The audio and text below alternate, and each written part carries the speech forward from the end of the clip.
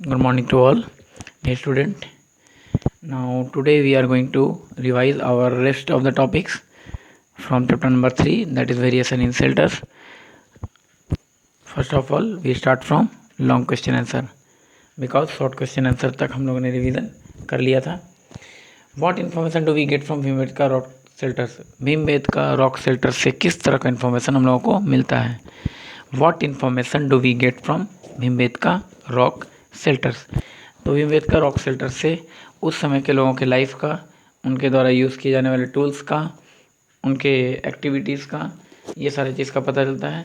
Next चीज़ Bhimbetka caves के बारे में ये पता चलता है कि ये 9000 ईयर ओल्ड थे एंड वहाँ पे ऑलमोस्ट हम लोगों को 400 पेंटिंग मिला है.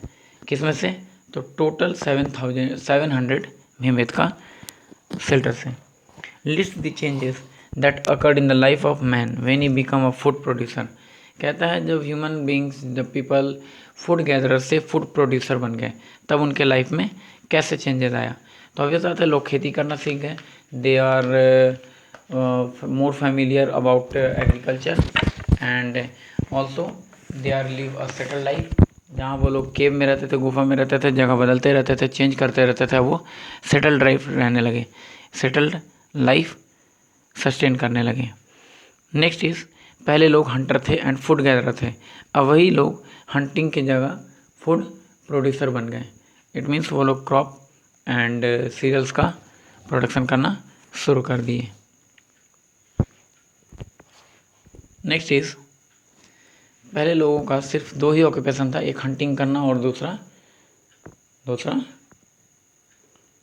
फूड गैदरिंग, फूड इकट्ठा करना, गैदर करना. लेकिन जब लोग सेटल लाइफ रहने लगे तो ऑब्वियस आता है कि उनका ऑक्यूपेशन चेंज होगा, एग्रीकल्चर होगा, स्टिचिंग होगा, टेलरिंग होगा, ये सारा काम उनका बढ़ जाएगा. Give 3 reason for regional variation in houses. Regional variation of houses में का 3 रीज़न क्या है? तो सबसे पहला तो लैंडफॉर्म्स, ज़मीन के कारण लोग हाउस शेल्टर्स अलग अलग बनाते हैं. जैसे माउंटेनियस एरिया में स्लोप वाला होता है, जो गर्म वाला जगह होता है, जहाँ पे फ्लैट सरफेस होता है, वहाँ पे लोग हाउसेज बना के रहते हैं. Next is climate. क्लाइमेट वाला एरिया कैसा? तो ऑब्वियस है क्लाइमेट कैसा होना चाहिए?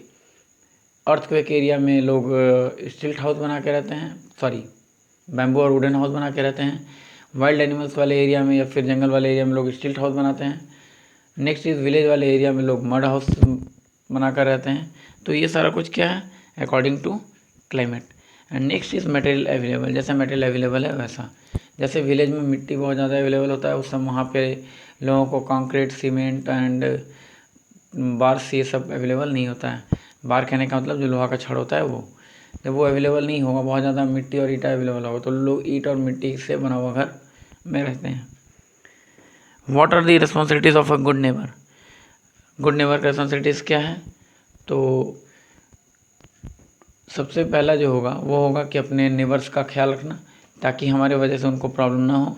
जैसे जब हम टीवी देख रहे हों या फिर रेडियो सुन रहे हों तो वॉल्यूम कम होना चाहिए.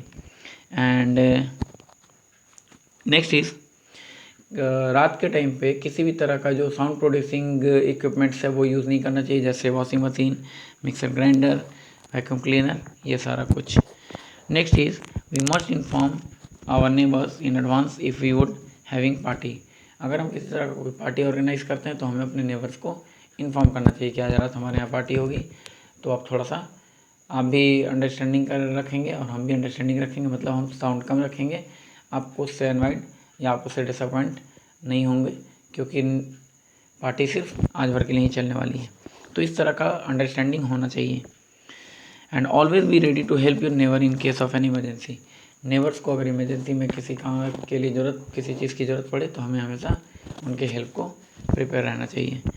एंड एनी सस्पिशियस कैरेक्टर और any strangers if we found in our locality or in our neighbors near about in our neighbor house, then we must inform or report to the police station. बस इतना ही. Next is complete the table. Hilly area में types of roof कैसा होना चाहिए? Slope होगा, plain में flat होगा, कोस्टल एंड आइलैंड एरिया में स्टील्ड होगा, एंड अर्थक्वेक एरिया में skeleton type structure. Skeleton type structure कहने का मतलब है कि अर्थक्वेक आएगा, भूकंप आएगा तो बिल्डिंग को नुकसान नहीं होना चाहिए. मेटल कैसा अवेलेबल होता है? तो हिली एरिया में cement, brick and wood, plain area में cement, brick and concrete, coastal area में बैम्बू एंड कोकोनट साफ्ट, मतलब जो वो कोकोनट का, नारियल का जो रेशा होता है उससे बना होता है। नेक्स्ट इज अर्थक्वेक एरिया में बैम्बू एंड वुड। स्टेट कौन सा? हिली रीजन में Himachal Pradesh, and plain area में Bihar and Jharkhand, coastal area Karnataka and Goa, and earthquake prone area जहाँ पे बहुत ज़्यादा अर्थक्वेक आता है तो ये Tamil Nadu and Assam. Value based question, हम लोग चैप्टर के साथ साथ जितना भी मिसलेनियस क्वेश्चंस होगा, जो भी एडिशनल होगा, बहुत सारा कुछ एक ही चैप्टर के साथ कंप्लीट करते चलेंगे। पिछले टाइम हम लोगों ने क्या किया था, तो चैप्टर 1 एंड 2 का मिसलेनियस एक साथ किया था, एंड 1 एंड 2 का short question, multiple choice and long question अलग से किया था। Value based question, how will you initiate a neighbour watch plan in your society? कैसे आप नेबर वॉच प्लान को अपने सोसाइटी में इनिशिएट करना चाहेंगे या फिर उसको कंटिन्यू करना चाहेंगे, लागू करना चाहेंगे, इम्प्लीमेंट करना चाहेंगे? What steps are necessary to encourage the people to participate and follow this plan? आप कैसे किसी को इंकरेज करेंगे इस चीज़ के लिए? तो उनको पहले ये बताना होगा, उनको अवेयर करना होगा कि हमारे लोकेलिटी में अगर कोई स्ट्रेंजर आता है तो इससे हम सारे लोग प्रोटेक्ट, अपने आप को सेफ़ फील करेंगे। कैसे सेफ़ फील करेंगे? हर कोई एक दूसरे का ख्याल रखे कि किसी के घर के पास कोई स्ट्रेंजर्स नज़र नहीं आना चाहिए।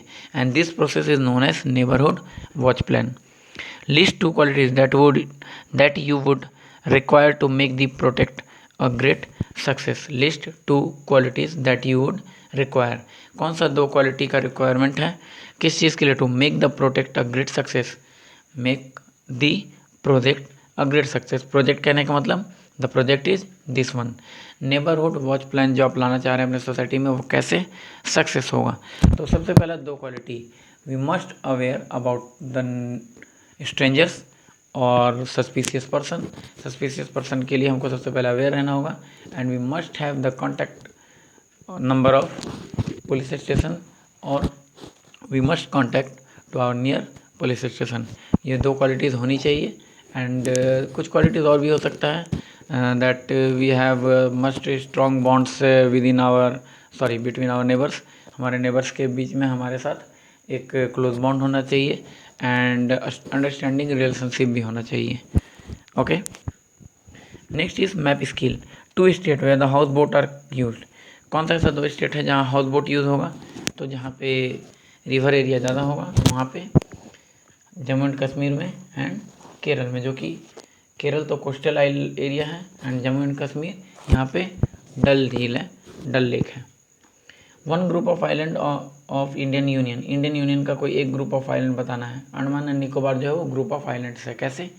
Andaman is northern side and Nicobar is southern side, and the combined they known as Andaman and Nicobar islands. State where Bhimbetka caves are located. Bhimbetka caves कहाँ पे है? मध्य प्रदेश में। 1 हिली स्टेट मेघालय।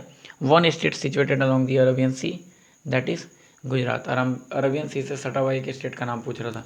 गुजरात लिख सकते हैं, महाराष्ट्र लिख सकते हो, केरल लिख सकते हैं, तो एंड गोवा भी लिख सकते हैं। ये सारे स्टेट का नाम आप लिख सकते हैं। 1 पूछा है तो केवल 1। Next is something to do. Suppose you live in a house boat. आप हाउस बोट में रह रहे हैं। How will you fulfil your requirement to going to school, buying vegetables, meeting your friend, etc।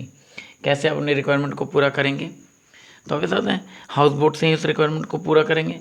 जैसे हमारे पास कुछ सामान हमको चाहिए होगा, तो हम शहर वाले एरिया में जाएंगे और वहाँ से सामान खरीद के लाके एक बार में ही एक स्टॉक के रूप में, सरप्लस के रूप में रख लेंगे।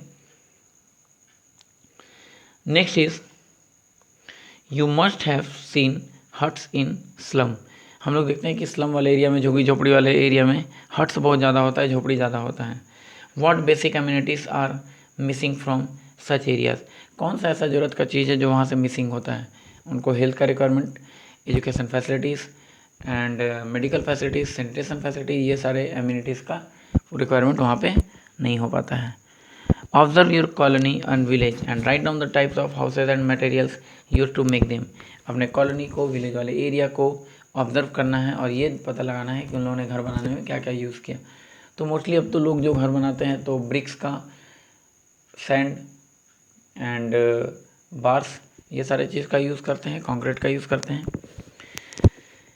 There is shortage of water in your neighbours house, आपके नेबर्स के हाउस में पानी की कमी हो जाती है। How will you help them, we provide them sufficient water और water in a limited quantity और एडिक्वेट क्वांटिटी, उनको एडिक्वेट क्वांटिटी में या फिर उनको वाटर सप्लाई प्रोवाइड करके उनकी हेल्प करना चाहेंगे।